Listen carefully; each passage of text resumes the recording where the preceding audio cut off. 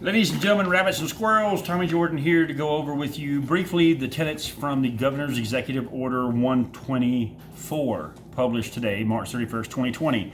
I'm going to cover this real quick. It's actually not too long, but some of you seem to like the video versions, so I'll go into some of the details here. The executive order goes into effect today, March 31st, 2020, and lasts for 60 days. What does it mean? If you have...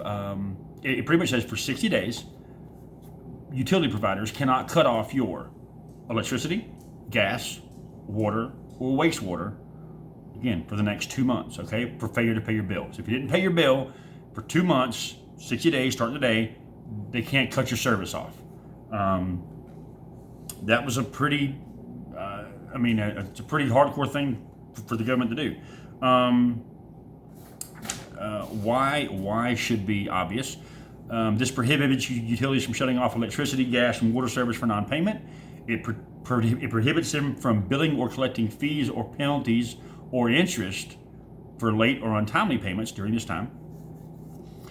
It directs them to give residential customers at least 6 months to pay outstanding bills without owing fees. So to answer your question, which someone's going to ask, if I don't have money to pay my bill in April, okay, fine, come May or June, I get back on my feet and bills are going great, I still have this outstanding bill for April, you will have, by order of the governor, 6 months to pay that late bill before you get any fees. It does allow them to remind you that your bill is due, and it requires the utilities to inform you of important provisions in this order. So they can't trick you and be like, no, they have to actually acknowledge this. I'm not going to cover that. This specifically covers electricity, natural gas, water, or wastewater, as well as companies that provide a combination. Let me see. Can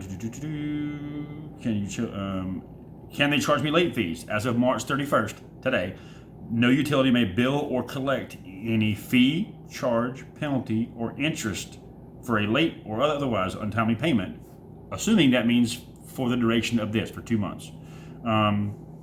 This applies to residential customers, not businesses. If your bill's in a business name, you're still responsible. How do I know? Because it says that right there. It applies to residential customers only. So we got that covered. Let me see. Does it? Okay, yeah. He mentioned this. So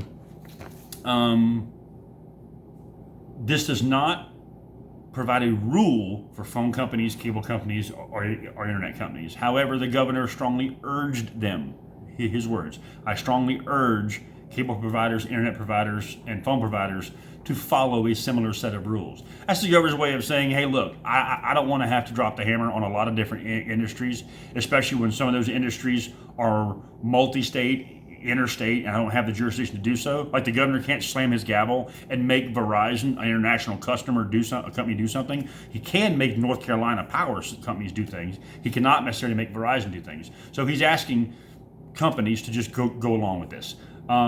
He also encourages, he didn't use the word urge, he encourages banks to waive overdraft and late fees for 60 days. So again, governor doesn't have a lot of jurisdiction over what banks do. So you might be like, why didn't he make banks do so-and-so?